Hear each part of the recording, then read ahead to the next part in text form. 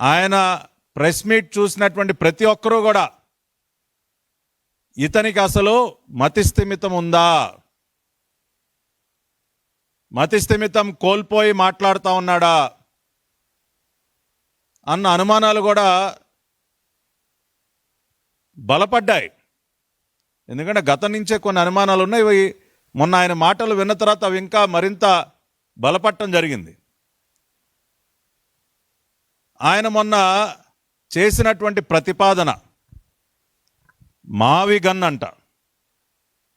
నిజంగా ఆ పేరు ఆ రోజున ఆయన ప్రతిపాదిస్తూ కూడా ఒక రకమైనటువంటి వెటకారంతో ఆయన నవ్వినటువంటి ఆ నవ్వులు అంటే అంత వెటకారం అయిపోయింది ఆయనకి. రాష్ట్రం అన్నా, రాష్ట్ర రాజధాని అన్నా, రాష్ట్రం యొక్క అభివృద్ధి అన్నా కూడా, ప్రజల యొక్క సంక్షేమం అన్నా కూడా ఆయనకు ఒక వెటకారంగా మారిపోయింది. మచిలీపట్నం నుంచి మా తీసుకోండి, విజయవాడ నుంచి విఐ తీసుకోండి, గుంటూరు నుంచి GUN తీసుకోండి, మావిగన్ అని పెట్టండి అయ్యా అని ఒక వెటకారపు నవ్వు. అంటే పార్లమెంటులో ఒక చారిత్రాత్మకమైనటువంటి బిల్లు ఉభయ సభల్లో పాస్ అయ్యి ఇక అమరావతి అన్స్టాపబుల్, అమరావతి ఈ రాష్ట్రానికి ఏకైక రాజధాని, ప్రజా రాజధాని అమరావతి అని జాతీయ స్థాయిలో ఉన్నటువంటి అన్ని పార్టీలు కూడా మద్దతు పలికి తమ ఆమోదాన్ని తెలిపితే మన గౌరవనీయులైనటువంటి జమోరా గారికి మాత్రం అది నచ్చలా. కడుపు మంట. ఆ కడుపు మంటతోనే వెటకారంగా ఆయన చేసినటువంటి ఈ పేరు ప్రతిపాదన మావిగన్. దాన్ని సమర్థించుకోవటానికి ఆయన మనకి అభివృద్ధి పాఠాలు ఇవాళ ఏదో కొత్తగా నేర్పిస్తూ ఉన్నాడు. ఆయన మచిలీపట్నం, విజయవాడ, గుంటూరు ఇదంతా ఒక గ్రోత్ కారిడార్ కింద మారాలి, ఈ ప్రాంతం అంతా అభివృద్ధి చెందాలి, అందుకనే నేను మావిగన్ని ప్రతిపాదిస్తున్నానని చెప్పి కొత్తగా మనకు అభివృద్ధి పాఠాలు నేర్పించేటటువంటి ప్రయత్నం చేస్తూ ఉన్నాడు. ఇవాళ దానినే గౌరవ జమోరే గారి మేధస్సు నుంచి వచ్చినటువంటి ఒక అద్భుతమైనటువంటి ఒక ఆలోచనగా కీర్తిస్తూ ఆయనకు భజన చేసేటటువంటి భజన బృందాలన్నీ కూడా ఆయనకు సంబంధించినటువంటి మీడియాతో సహా మొత్తం భజన బృందం అంతా తెగ భజన చేస్తూ ఉన్నారు. అబ్బా ఎంత గొప్ప ఆలోచన, ఎంత అద్భుతమైనటువంటి ఆలోచన అని చెప్పి. కానీ ఇవాళ గౌరవ జమోరే గారికి అదేవిధంగా ఆయన భజన బృందానికి, అయ్యా మీరు ఇవాళ కొత్తగా మీరు ఆవిష్కరించి మీరేదో మాకు అభివృద్ధి పాఠాలు చెప్పాల్సినటువంటి అవసరం లేదు. ఏ ప్రాంతాన్ని ఏ రకంగా అభివృద్ధి చేయాలో విజనరీ లీడర్ అయినటువంటి నారా చంద్రబాబు నాయుడు గారికి బాగా తెలుసు. ఇక్కడున్నటువంటి కృష్ణా, గుంటూరు ఈ పరిసర ప్రాంతాలని, ఈ జిల్లాలో పరిసర ప్రాంతాలను ఏ విధంగా అభివృద్ధి చేయాలి, ఉత్తరాంధ్రని ఏ రకంగా అభివృద్ధి చేయాలి, రాయలసీమ ప్రాంతాన్ని ఏ రకంగా అభివృద్ధి చేయాలి, ప్రతి ప్రాంతానికి కూడా ఆయన ఒక ఆలోచన చేసి ఒక డెవలప్మెంట్ ప్లాన్ని సిద్ధం చేసి ఇవాళ అన్ని ప్రాంతాలని కూడా అభివృద్ధి పదంలో ముందుకు నడిపిస్తున్నటువంటి one and only visionary leader is Nara Chandrababu Naidu garu. రాష్ట్రం విభజింపబడిన తర్వాత 2014లో ఆయన ముఖ్యమంత్రిగా బాధ్యతలు చేపట్టిన తర్వాత అన్ని ప్రాంతాల యొక్క అభివృద్ధి గురించి ఆలోచించి ఆయన అనేక నిర్ణయాలు తీసుకోవటం జరిగింది. అదేవిధంగా మరి 2015లో ఎప్పుడైతే మరి అమరావతిని రాజధానిగా మనం నిర్ణయించుకున్నామో, అన్ని ప్రాంత ప్రజల యొక్క ఆమోదంతో మనం నిర్ణయించుకున్నామో, ఆ రోజునే ఆయన ఒక క్యాపిటల్ రీజియన్ డెవలప్మెంట్ అథారిటీ ఏర్పాటుకి ఆయన శ్రీకారం చుట్టి దానికి సంబంధించిన జీవోలన్నీ కూడా విడుదల చేయడం జరిగింది. ఒకసారి మనం ఏపీ సిఆర్డిఏ యొక్క పరిధి ఎక్కడి నుంచి ఎక్కడి వరకు ఉంది, ఆ రోజున చంద్రబాబు నాయుడు గారు ఎటువంటి ఆలోచన చేశారు, 2015లోనండి ఆయన ఎటువంటి ఆలోచన చేశారో ఒక్కసారి చూద్దాం. ఇది ఏపీ సిఆర్డిఏ యొక్క మ్యాప్ అండి. ఈ ఏపీ సిఆర్డిఏ పరిధి ఎక్కడి నుంచి ఎక్కడి వరకు ఉన్నది అన్న ఒక్కసారి మనం చూసినట్లయితే,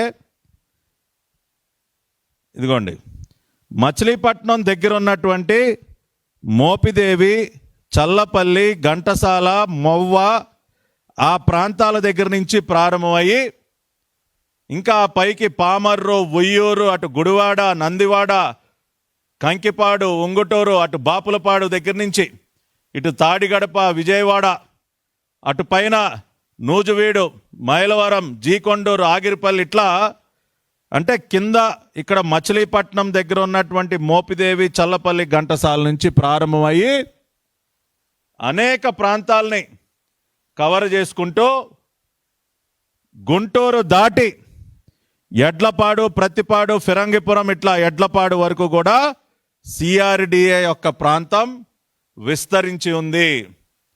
దాదాపు 8,350 స్క్వేర్ కిలోమీటర్ల విస్తీర్ణంతో సిఆర్డిఏని ఏర్పాటు చేయటం జరిగింది. ఈ మ్యాప్ కనుక మీరు చూసినట్లయితే ఏమర్థం అవుతా ఉందండి? ఏపీ సిఆర్డిఏ యొక్క పరిధి ఎక్కడి నుంచి ఎక్కడి వరకు ఉంది? మచిలీపట్నం దగ్గర నుంచి అటు గుంటూరు దాటి ఎడ్లపాడు వరకు ఏపీ సిఆర్డిఏ యొక్క పరిధిని 2015లోనే నిర్ణయించడం జరిగింది.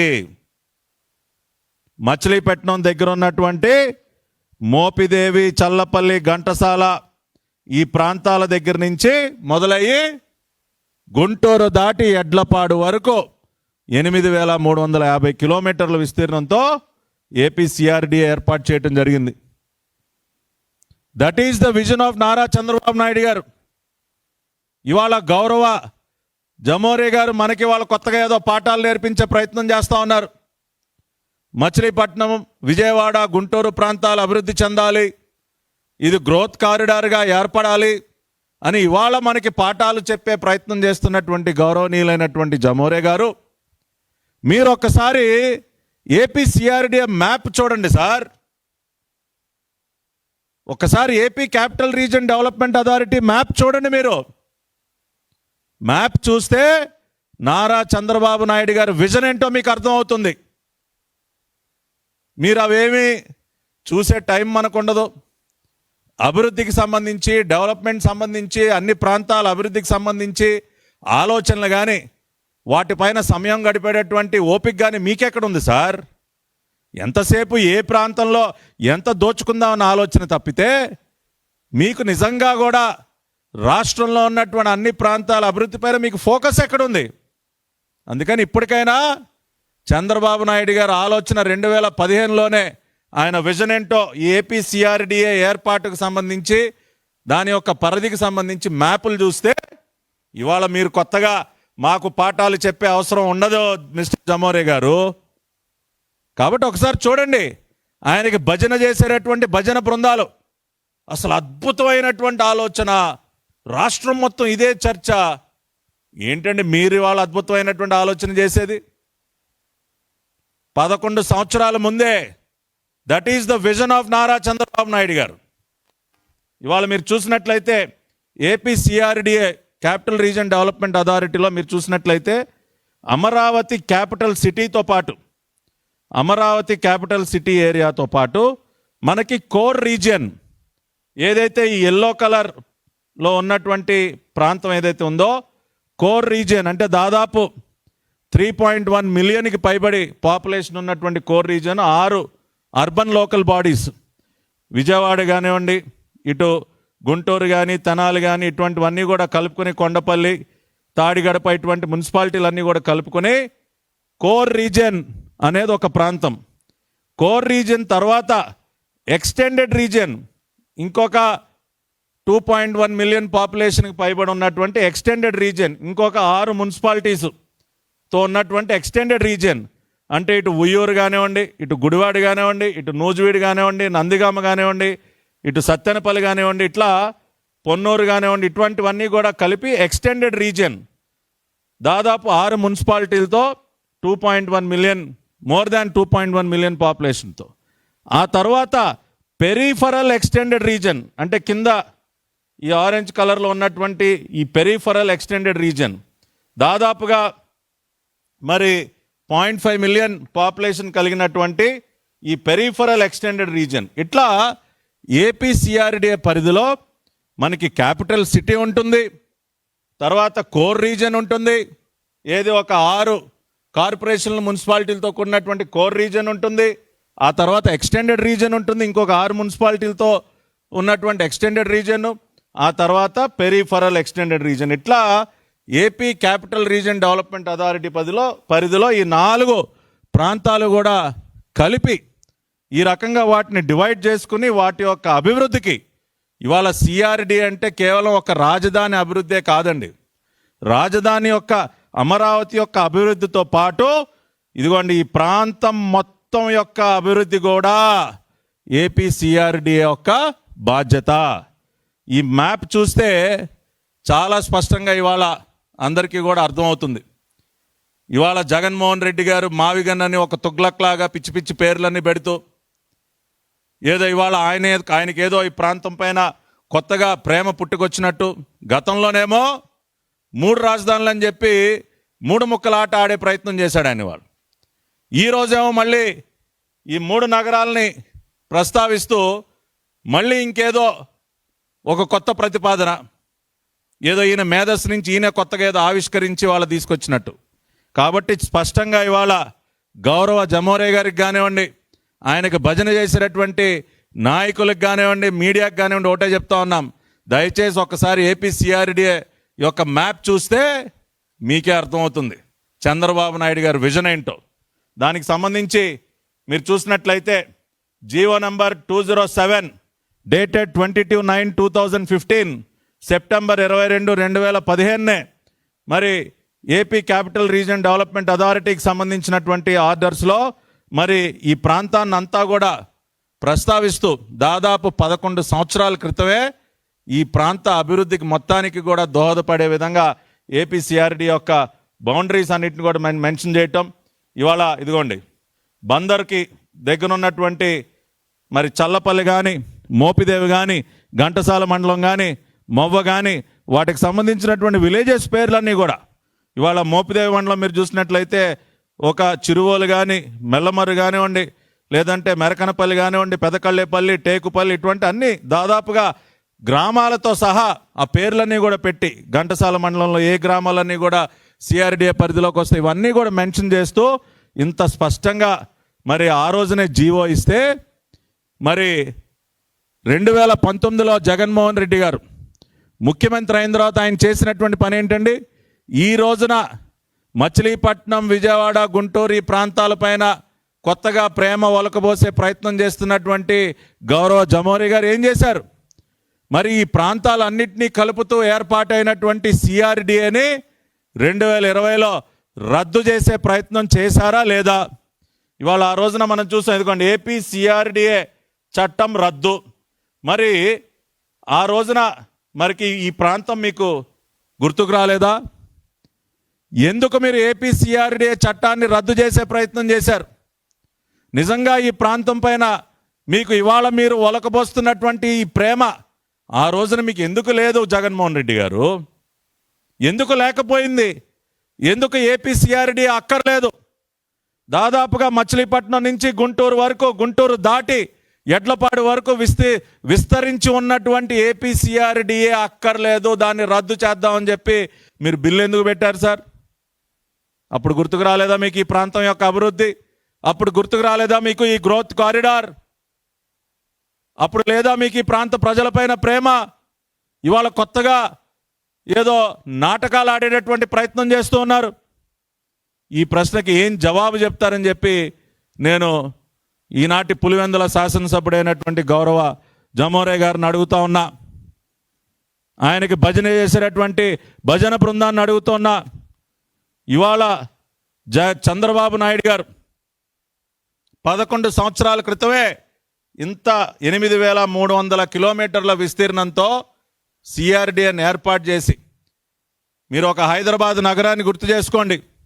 ఆ రోజున ఒక ఔటర్ రింగ్ రోడ్ ద్వారా ఒక HMDA, Hyderabad metropolitan development authority, ఇవాళ ఆ పరిధిలో ఉన్నటువంటి ఆ ప్రాంతాలన్నీ కూడా ఏ రకంగా అభివృద్ధి చెందాయో, ఒక విజన్తో ఆ రోజున చంద్రబాబు నాయుడు గారు ఏ రకంగా ప్రాంత అభివృద్ధికి ఆయన దోహదపడ్డారో, ఈ రోజున ఈ ఏపీ సిఆర్డిఏ ద్వారా ఇవాళ ఏపీ సిఆర్డిఏ పరిధిలో వచ్చినటువంటి ఔటర్ రింగ్ రోడ్డు కానీ ఇన్నర్ రింగ్ రోడ్లు కానీ ఇవన్నీ మరి ఈ ప్రాంతం మొత్తానికి కూడా ఉపయోగపడేటటువంటి ప్రాజెక్టులే కదా.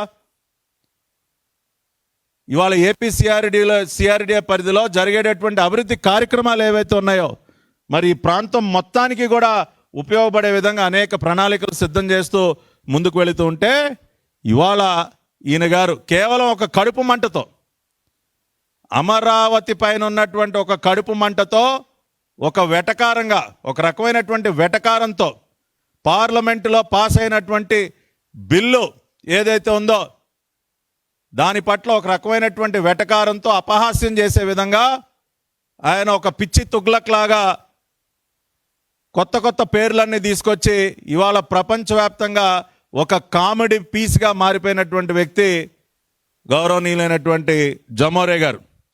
కాబట్టి ఇవాళ మీ దగ్గర నుంచి కొత్తగా మేము అభివృద్ధి పాఠాలు నేర్చుకోవాల్సినటువంటి అవసరం లేదు సార్. 11 సంవత్సరాల ముందే ఈ ప్రణాళికను సిద్ధం చేసి ఈ ప్రాంత అభివృద్ధికి కంకణం కట్టుకున్నటువంటి వ్యక్తి నారా చంద్రబాబు నాయుడు గారు. ఈ 3-4 జిల్లాలు ఏవైతే ఉన్నాయో వాటన్నిటి అభివృద్ధికి కూడా మరి సిఆర్డిఏ దోహదపడనుంది. ఆ రకంగానే ప్రణాళికలు సిద్ధం చేశారు. ఇవాళ ఒక ఉత్తరాంధ్రని అనేక రకాలుగా కొన్ని లక్షల కోట్ల రూపాయల పెట్టుబడులు తీసుకొచ్చి ఇవాళ ప్రాంతం యొక్క రూపురేఖలు ఏ విధంగా మార్చేస్తూ ఉన్నారో, ఒక ఆర్సిలార్ మిత్తల్ నిప్పాల్ స్టీల్ ప్లాంట్ కానివ్వండి, ఒక గూగుల్ డేటా సెంటర్ కానివ్వండి, ఇంకా అనేక పరిశ్రమలు టీసీఎస్ కానీ కాగ్నిజెంట్ కానీ ఏ రకంగా ఉత్తరాంధ్రకి క్యూ కడతా ఉన్నాయి. రాయలసీమ ప్రాంతానికి ఎన్ని రకాలైనటువంటి పరిశ్రమలు అక్కడికి తీసుకొస్తా ఉన్నారు. ఇవాళ కర్నూలులో కూడా అతి త్వరలోనే హైకోర్టు యొక్క బెంచ్ని ఏర్పాటు చేసి ఆ ప్రాంత ప్రజల యొక్క చిరకాల కోరికను కూడా తీర్చబోయేది నారా చంద్రబాబు నాయుడు గారు. నిజమైనటువంటి రాయలసీమ బిడ్డగా ఆ ప్రాంతం యొక్క అభివృద్ధిని కూడా మొత్తం కూడా తన భుజస్కంధాలపై వేసుకుని నారా లోకేష్ గారి సహకారంతో ఇవాళ ఒక చీఫ్ జాబ్ క్రియేటర్గా నారా లోకేష్ గారు కొన్ని వేల కోట్ల లక్షల కోట్ల రూపాయల పెట్టుబడులు తీసుకొచ్చి కొన్ని లక్షల ఉద్యోగాలు ఏ విధంగా సృష్టిస్తూ ఉన్నారో ఆ రకంగా అన్ని ప్రాంతాల యొక్క సమగ్రాభివృద్ధిని కూడా ఇవాళ చంద్రబాబు నాయుడు గారు, లోకేష్ గారు, పవన్ కళ్యాణ్ గారు, గౌరవ ప్రధానమంత్రి అయినటువంటి నరేంద్ర మోడీ గారి సహకారంతో ఇవన్నీ కూడా ముందుకు తీసుకెళ్తున్నారు. కాబట్టి ఇవాళ కొత్తగా మీరు మాకు అభివృద్ధి పాఠాలు నేర్పించే ప్రయత్నం మానుకోండి. ఒకసారి సిఆర్డి యొక్క మ్యాప్ చూడండి. మ్యాప్ చూస్తే మీకే అర్థమవుతుంది చంద్రబాబు నాయుడు గారి విజన్ ఏంటో. ఇటువంటి సిఆర్డిని రద్దు చేసే ప్రయత్నం చేసినటువంటి మీరు, ఆ రోజున కోర్టు ముట్టికాయలు వేసేసరికి వెనక్కి తగ్గినటువంటి మీరు ఇవాళ కొత్తగా కూడా మళ్ళీ ఇదేదో కొత్త ఆలోచనలాగా, కొత్త ఆవిష్కరణలాగా మరి బిల్డప్లు ఇస్తే ఎవరు కూడా దానిని విశ్వసించే పరిస్థితి ఉండదు. గౌరవ జమోరే గారు, ఆ విషయాన్ని మీరు గుర్తుపెట్టుకోవాలి. అంతేకాకుండా ఇవాళ ఈ సిఆర్డిఏ ప్రాంతంకి సంబంధించే కాకుండా ఇంకా కూడా ఆ రోజున ఆయన ప్రెస్ మీట్లో కొన్ని ప్రశ్నలు లేవనెత్తుతూ ఉన్నారు. కౌన్సిల్లో ఎందుకు పెట్టలేదు, కేవలం అసెంబ్లీలోనే తీర్మానం చేశారు, కౌన్సిల్లో కూడా మీరు పెట్టాలి కదా అని చెప్పి ప్రజల్ని కొంత కన్ఫ్యూజ్ చేసే ప్రయత్నం చేస్తూ ఉన్నారు. దానికి సంబంధించి కూడా ఒక క్లారిటీ ఇవ్వాల్సినటువంటి అవసరం ఉంది. ఒకసారి మనం చూసినట్లయితే మనకి 2 రకాలైనటువంటి అంశాలు. ఒకటి బిల్లు, రెండోది రెజల్యూషన్ అంటే తీర్మానం. ఇవి రెండు కూడా రెండిటికి సంబంధించి తేడాను కూడా ఇవాళ రాష్ట్ర ప్రజలు గమనించాలి. బిల్లు ద్వారా ఒక చట్టాన్ని మనం చేసేటప్పుడు అది శాసనసభలో అయినా, అంటే రాష్ట్రంలో అయినా, కేంద్రంలో అయినా ఉభయ సభలకి కూడా వెళ్ళాల్సినటువంటి అవసరం ఉంటుంది. ఉభయ సభల్లో కూడా పాస్ అవ్వాల్సినటువంటి అవసరం ఉంటుంది.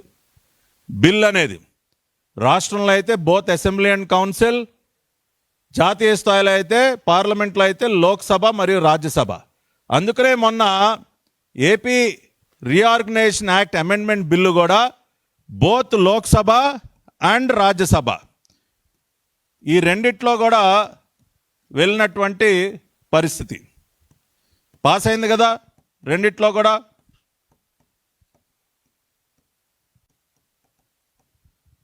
లోక్సభ, రాజ్యసభ రెండు సభల్లో కూడా AP reorganisation act amendment bill pass అయింది. కానీ మొన్న మన రాష్ట్ర అసెంబ్లీలో చేసింది కేవలం తీర్మానం మాత్రమే, రెజల్యూషన్ మాత్రమే.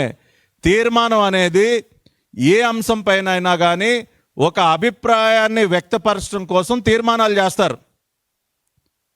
వేరాజ్ ఏ బిల్ అనేది ఒక చట్టం తీసుకురావటం కోసం బిల్ యొక్క రూపకల్పన జరుగుతుంది. దానిని ఉభయ సభల్లో కూడా ప్రవేశపెట్టి ఉభయ సభల్లో కూడా ఆమోదింప చేసిన తర్వాత చట్టాలుగా మారుతాయి. కానీ రెజల్యూషన్ అనేది చట్టం కాదండి, ఒక అభిప్రాయాన్ని వ్యక్తపరచడం. కేంద్ర ప్రభుత్వం మన ఏం కోరింది, పోయిన శీతాకాల సమావేశంలోనే పార్లమెంట్లో AP reorganisation act amendment bill పెట్టాల్సినటువంటి సందర్భంలో కేంద్ర ప్రభుత్వం రాష్ట్ర ప్రభుత్వాన్ని మీరు మీ అసెంబ్లీలో ఒక తీర్మానం కూడా చేసి పంపించండి, అది మరింత బలాన్ని చేకూర్చే విధంగా కూడా ఉంటుంది కాబట్టి ఒక తీర్మానం కోరారు మన్ని, మీ అసెంబ్లీలో ఒక తీర్మానం చేసి పంపించండి అని. సో కేంద్ర ప్రభుత్వం యొక్క కోరిక మేరకు మన రాష్ట్ర అసెంబ్లీలో తీర్మానం చేసి కేంద్ర ప్రభుత్వానికి పంపిన తర్వాత దాన్ని పైన కేబినెట్లో చర్చించి పార్లమెంట్లో బిల్లుని ప్రవేశపెట్టడం జరిగింది. పార్లమెంట్లో ప్రవేశపెట్టింది బిల్లు కాబట్టే లోక్సభలో పాస్ చేయింది. రాజ్యసభలో కూడా నారా లోకేష్ గారు ఆ రోజున గ్యాలరీలో కూర్చుని అందరూ మా ఎంపీలతో పాటు కూర్చుని ఆ రోజున రాజ్యసభలో కూడా బిల్లు పాస్ అయినటువంటి సన్నివేశాలు కూడా మనం చూసాం. కాబట్టి బిల్లుకి రెజల్యూషన్కి మధ్య ఉన్నటువంటి తేడాను కూడా దయచేసి గమనించండి. ఇవాళ మరి గౌరవ జమోరే గారి వెనకమాల భజన చేసేటటువంటి సోకాల్డ్ స్వయం ప్రకటిత మేధావులు ఇవాళ ఒక కన్ఫ్యూజన్ క్రియేట్ చేసే ప్రయత్నం చేస్తూ ఉన్నారు. ఆ కౌన్సిల్కి ఎందుకు పంపలేదు, గతంలో మరి 3 రాజధానుల బిల్లు కౌన్సిల్కి వెళ్ళింది కదా అని చెప్పి. 3 రాజధానులు అంశం అనేది ఒక బిల్లు రూపంలో వచ్చింది కాబట్టి అసెంబ్లీలో కౌన్సిల్లో రెండింటికి వెళ్ళాలి కాబట్టి ఆ రోజున కౌన్సిల్కి వెళ్ళింది.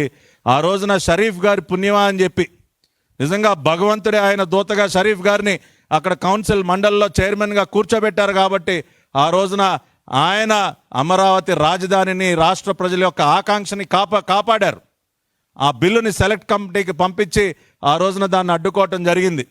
ఎందుకంటే ప్రజల ఆకాంక్షలకు విరుద్ధంగా ఆ రోజున అది జరుగుతూ ఉంది కాబట్టి. మరి ఆ సందర్భంలో షరీఫ్ గారి పైన మొన్న ఆయన చెప్తా ఉంటే చాలా బాధ కలిగింది. భౌతిక దాడి. ఇవాళ నిజంగా షరీఫ్ గారు, మేము ఆయన దగ్గరగా చూస్తూ ఉంటాం, ఒక మైనారిటీ నాయకులు. ఆయన ఎంత రిలీజియస్గా ప్రతిరోజు కూడా మరి ఉదయం మధ్యాహ్నం సాయంత్రం నమాజ్ చేసుకుంటూ నిజమైనటువంటి ఒక ముస్లిం అంటే ఒక నిబద్ధత గల వ్యక్తి, ఒక నిజాయితీ గల వ్యక్తి, ఆయన ఎంత పవిత్రంగా ఉంటారంటే అటువంటి వ్యక్తి పైన భౌతికంగా కూడా దాడికి దేవటం, అనరాని మాటలు అనటం, బూతులు తిట్టడం ఆయన మొన్న చెప్తా ఉంటే నిజంగా చాలామంది చాలా రకాలుగా బాధపడ్డారు. అటువంటి దుర్మార్గానికి ఒడిగట్టి ఎంత చేసినా కూడా ఆ రోజున కౌన్సిల్లో మీరు పెట్టినటువంటి బిల్లుని ఆ రోజున అడ్డుకోవటం జరిగింది. ఇవాళ కానీ ఇది కేవలం రెజల్యూషన్ మాత్రమే కాబట్టి అసెంబ్లీలో పాస్ చేస్తే సరిపోతుంది కాబట్టి, అసెంబ్లీ యొక్క తీర్మానం అడిగారు కాబట్టి మనం కేవలం అసెంబ్లీలో తీర్మానం చేసి కేంద్రానికి పంపించడం జరిగింది. కాబట్టి ఈ యొక్క బిల్లుకి రెజల్యూషన్కి మధ్య ఉన్నటువంటి వ్యత్యాసాన్ని కూడా దయచేసి రాష్ట్ర ప్రజలందరూ అర్థం చేసుకోండి. ఈ వైసీపీ సైకో ముఠా ఏదైతే ఒక కన్ఫ్యూజన్ క్రియేట్ చేసి ఒక గందరగోళాన్ని సృష్టించేటటువంటి ప్రయత్నం చేస్తూ ఉన్నారో దానిని తిప్పికొట్టండి. దాని వెనక ఉన్నటువంటి కుట్రని అర్థం చేసుకోండి. ఎక్కడా కూడా ఎటువంటి డీవియేషన్ లేకుండా అన్నీ కూడా పకడ్బందీగా చేశాం కాబట్టే ఇక అమరావతి ఈజ్ అన్స్టాపబుల్ అని చెప్తా ఉన్నాం. ఇవాళ గౌరవ జమోరే గారు అంటా ఉన్నారు, ఇది అయ్యేది లేదు, చచ్చేది లేదు, నేను వచ్చేదో మార్చేస్తా అని. అయ్యా జగన్మోహన్ రెడ్డి గారు, ఇది పార్లమెంట్లో రూపొందించినటువంటి చట్టం సార్. ఇక మీరు వచ్చేది లేదు, చచ్చేది లేదు, అదే ప్రజలందరికీ తెలుసు. రాజధాని అయ్యేది లేదు, చచ్చేది లేదని మీరు అంటా ఉన్నారు. రాష్ట్ర ప్రజలు మీరు వచ్చేది లేదు, మళ్ళీ అధికారంలోకి చచ్చేది లేదని చెప్పి రాష్ట్ర ప్రజలు అంటా ఉన్నారు. కాబట్టి మీరు అలాగూ వచ్చేది లేదు, చచ్చేది లేదు. కానీ ఇవాళ పార్లమెంట్లో రూపొందించినటువంటి ఒక చట్టాన్ని రాష్ట్రాలు మార్చేటటువంటి అవకాశం ఉండదు సార్. రాష్ట్ర అసెంబ్లీలు పార్లమెంట్లో రూపొందించినటువంటి చట్టాలని రాష్ట్రాల్లో ఉన్నటువంటి అసెంబ్లీలు మార్చలేవు సార్. కాబట్టి ఆ మాత్రం కామన్ సెన్స్ లేకుండా మీరు మీ భజన బృందం మాట్లాడితే ఇవాళ ప్రజలు నవ్వుకుంటా ఉన్నారు. కాబట్టి అందుకనే చెప్తా ఉన్నాం, గౌరవ ముఖ్యమంత్రి నారా చంద్రబాబు నాయుడు గారు, నరేంద్ర మోడీ గారు, లోకేష్ గారు, పవన్ కళ్యాణ్ గారు వీరందరూ కూడా ముక్త కంఠంతో చెప్పినట్టు ఇక అమరావతిని ఆపటం ఎవడి వల్ల సాధ్యమయ్యేటటువంటి పని కాదు. అన్ని రకాలుగా అమరావతి అన్స్టాపబుల్గా మారిపోయింది. ఇక వేగంగా పనులని ముందుకు తీసుకువెళ్ళటమే. నిన్ననే గౌరవ ముఖ్యమంత్రి గారు ఒక సమీక్షను నిర్వహించి టార్గెట్స్ అన్నీ కూడా ఇవ్వటం జరిగింది. ఇంకా అత్యంత వేగంగా పనులన్నీ కూడా ముందుకు సాగుతూ ఉన్నాయి. ఇక ప్రతి నెల కూడా ప్రోగ్రెస్, ఆ హైరైజ్ బిల్డింగ్స్ ఒక్కొక్కటిగా ఒక్కొక్క ఫ్లోర్ పైకి లెగుస్తూ ఉంటే తాడేపల్లి ప్యాలెస్లో మరి ఎన్ని టీవీలు బద్దలవుతాయో, ఎన్ని కుర్చీలు ఎరగొడతాడో ఆయన. మరి గౌరవ భారతిరెడ్డి గారే మరి అటువంటి జాగ్రత్తలన్నీ కూడా తీసుకోవాలి. ఇక్కడ బిల్డింగ్లు లేస్తున్న కొద్దీ అక్కడ తాడేపల్లి ప్యాలెస్లో వస్తువులు పగులుతూ ఉంటాయి. మరి చివరికి అక్కడ గోడలే బద్దలు కొడతాడు. మరి ఏ స్థాయికి వెళ్ళిపోతారో మరి గౌరవనీయులైనటువంటి జమోరే గారు ఊహించడమే కష్టంగా ఉంది. మరి అమ్మ భారతిరెడ్డి గారు దయచేసి జాగ్రత్తలందరూ అన్నీ కూడా మీరు తీసుకోవాలని చెప్పి కోరుకుంటూ, ఈ వాస్తవాల్ని రాష్ట్ర ప్రజలందరూ కూడా అర్థం చేసుకోండి. ఇవాళ కొత్తగా జగన్మోహన్ రెడ్డి గారి దగ్గర నుంచి అభివృద్ధి పాఠాలు, ఏ ప్రాంతాన్ని ఏ రకంగా అభివృద్ధి చేయాలి, ఇటువంటి పాఠాలు నేర్చుకోవాల్సినటువంటి పరిస్థితిలో ఈ ప్రభుత్వం లేదు. చంద్రబాబు నాయుడు గారు అసలే లేరు. ఆయన ఒక విజనరీ కాబట్టే 2015లోనే మచిలీపట్నం దగ్గర నుంచి గుంటూరు దాటి సిఆర్డిఏ పరిధిని నిర్ణయించారు. ఈ ప్రాంతాల యొక్క మొత్తం అభివృద్ధి యొక్క బాధ్యత ఆయన తీసుకున్నారు. ఆ రకంగానే ఈ ప్రాంతాల యొక్క సంపూర్ణమైనటువంటి అభివృద్ధిని రాబోయే రోజుల్లో మనం చూస్తున్నాం. దానికి తగ్గట్టే ప్రణాళికలు కూడా సిద్ధమవుతున్నాయన్నటువంటి విషయాన్ని అందరూ కూడా గుర్తించండి. అదేవిధంగా ఈ బిల్లు రెజల్యూషన్కి మధ్య ఉన్నటువంటి తేడా, బిల్లు మాత్రమే 2 సభలకి వెళుతుంది, రెజల్యూషన్ వెళ్లాల్సిన అవసరం లేదు. అసెంబ్లీలో రెజల్యూషన్ ఒక అభిప్రాయాన్ని వ్యక్తపరిచేదే ఒక తీర్మానం కాబట్టి 2 సభలకి వెళ్లాల్సిన అవసరం లేదు. అందుకనే మొన్న అసెంబ్లీలో తీర్మానం చేసి పంపించారు. ఆ రోజున మరి జగన్మోహన్ రెడ్డి గారు కూడా వచ్చుంటే బాగుండేది అసెంబ్లీకి. 11 రెడ్డి గారు, ఆ 11 మెంబర్స్ వచ్చుంటే బాగుండేది. మరి రాలేదు. రాకుండా ఇష్టానుసారం మాట్లాడుతూ ఉన్నారు. అందుకనే ఈ తేడాను కూడా గమనించాలని చెప్పి కోరుకుంటూ మీ అందరి దగ్గర కూడా సెలవు తీసుకుంటున్నాను. నమస్కారం.